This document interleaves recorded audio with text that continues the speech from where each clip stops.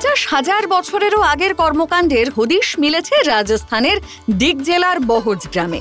সেখানে archaeological survey of ইন্ডিয়ার উদ্যোগে শুরু হয়েছে খনন কাজ। গোবর্ধন পর্বত থেকে বহজ গ্রামে যাওয়ার পথে পড়ে সাময়ী নামে আরও একটি ছোট গ্রাম, যার নামকরণের সঙ্গে জুড়ে রয়েছে একাধিক পৌরাণিক গাথা। যেখানে দাঁড়িয়ে রয়েছি এই গ্রামটার নাম সাময়ী। এটা রাজস্থানের ডিগ জেলায় অন্তর্ভুক্ত। গোবর্ধন পর্বত থেকে বাহাজ যেতে কিছুটা দূরেই পড়বে এই গ্রাম।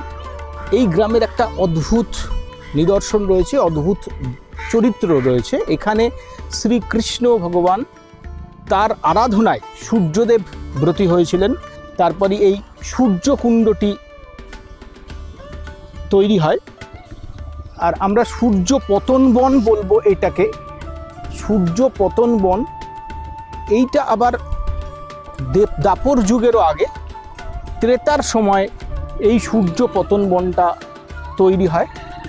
রাবণ থেকে যখন অতিষ্ঠ হয়ে সূর্যদেব শ্রীরামচন্দ্রের অর্থাৎ প্রভু নারায়ণের কাছে প্রার্থনা করলেন, তখন আচমকা এই সূর্য পতন বনটা তৈরি হয়েছিল এবং রামচন্দ্র সূর্যদেবকে বর দিলেন।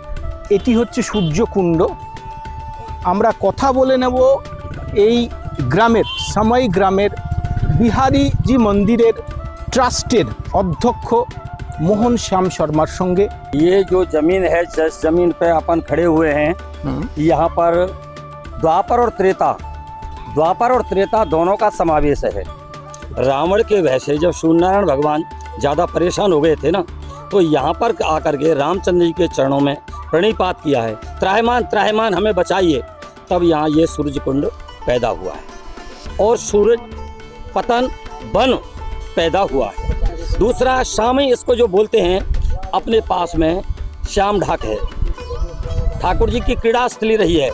श्याम ढाक में ठाकुर जी ने क्रीड़ा की है, तो गौओं का चारण जब हो रहा था तो शाम को गौ चढ़ते चढ़ते चढ़ते चढ़ते यहाँ पर आ गई। जब यहाँ पर आ गई, शाम की संध्या बेला हो गई, गायों को जाने का समय हुआ, तो ग्वालों ने कहा भगवान हमको तो गाय नज़र नहीं पड़ रही हैं, गाय कहाँ हैं, हम कैसे ले जाएंगे, माता को बाबा को क्या बताएंगे। तो ठाकुर जी ने कदम के वृक्ष पे चढ़ करके जब सामने देखा तो इस जगह पे गौचारण कर रही थी, तो ठाकुर जी ने कहा सामने सामई गाय सामई चर रही है। এইটাই আমাদের পৌরাণিক কথা। সেই থেকেই এই গ্রামটার নাম সাময়ী এবং শ্রীকৃষ্ণ রাধার মানভঞ্জনের জন্য একবার এইখানে শ্যামা সখা হিসেবে তিনি এসেছিলেন।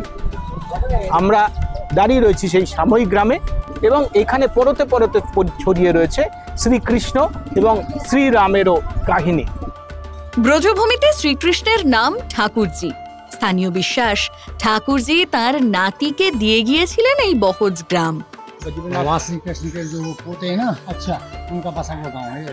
तो वज्र पे होगा बहज, वज्र से बहज नाम है, वज्रनाथ। वज्रनाथ मतलब तो श्री कृष्ण जी का, ठाकुर जी का पोते का घर था, पोती का घर था, महल था। अच्छा, ये आपके किसने बताया? ये हमारे पूर्वज में उसकी बात चली आ रही। খনন কাজ চলাকালীন চলতি বছরের জুন মাস নাগাদ বহজ গ্রামেই অন্তঃসলীলা সরস্বতী নদীর খাতের নমুনা পেয়েছেন পুরাতাত্ত্বিকরা। বহজ গ্রামেরই এই টিলা জুড়ে ট্রেঞ্চ খোঁড়াই করা হয়েছে, খোঁড়া হয়েছে বিভিন্ন জায়গায় জায়গায়। আরও একটি ট্রেঞ্চ আমরা এখন দেখব, যে ট্রেঞ্চের সঙ্গে জড়িয়ে রয়েছে আধ্যাত্মিকতা। তবে এই ট্রেঞ্চে মাহাত্ম্য হচ্ছে এটি ঋগ্বেদের সঙ্গে জড়িয়ে রয়েছে, এমনটাই মনে করছেন ধর্মীয় তাত্ত্বিকরা। আর্কিওলজিস্টরা অবশ্য এই ধর্মের ব্যাপারে ঢুকতে চান না।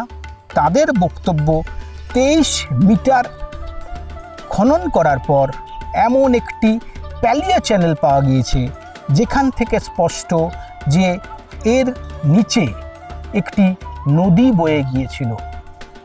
এখানেই মিলেছে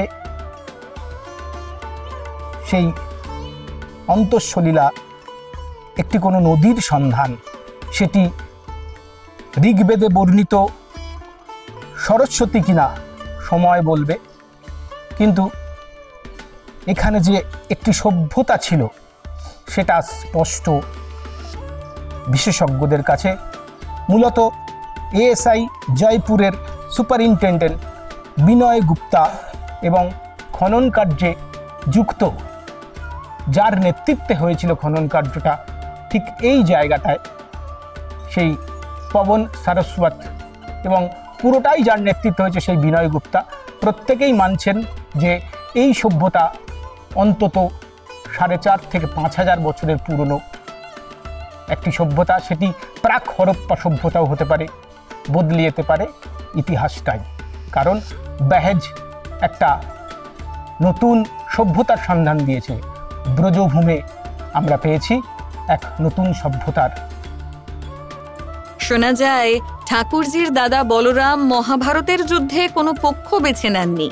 যুদ্ধ বন্ধ করতে না পেরে তীর্থ ভ্রমণে বেরিয়ে পড়েন তিনি। সে সময় বহজ গ্রামের পথ ধরেই যাত্রা করেছিলেন বলরাম।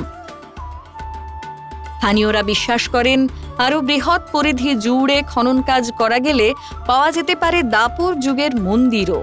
কিন্তু এমন জনবহুল এলাকায় সে কাজ করবে কে? লেন্সম্যান অমিত মৌলিকের সঙ্গে সন্দীপ চক্রবর্তী, বেহেজ, ডিগ জেলা, রাজস্থান। সংবাদ প্রতিদিন .in। ফলো করুন সংবাদ প্রতিদিন ডিজিটাল।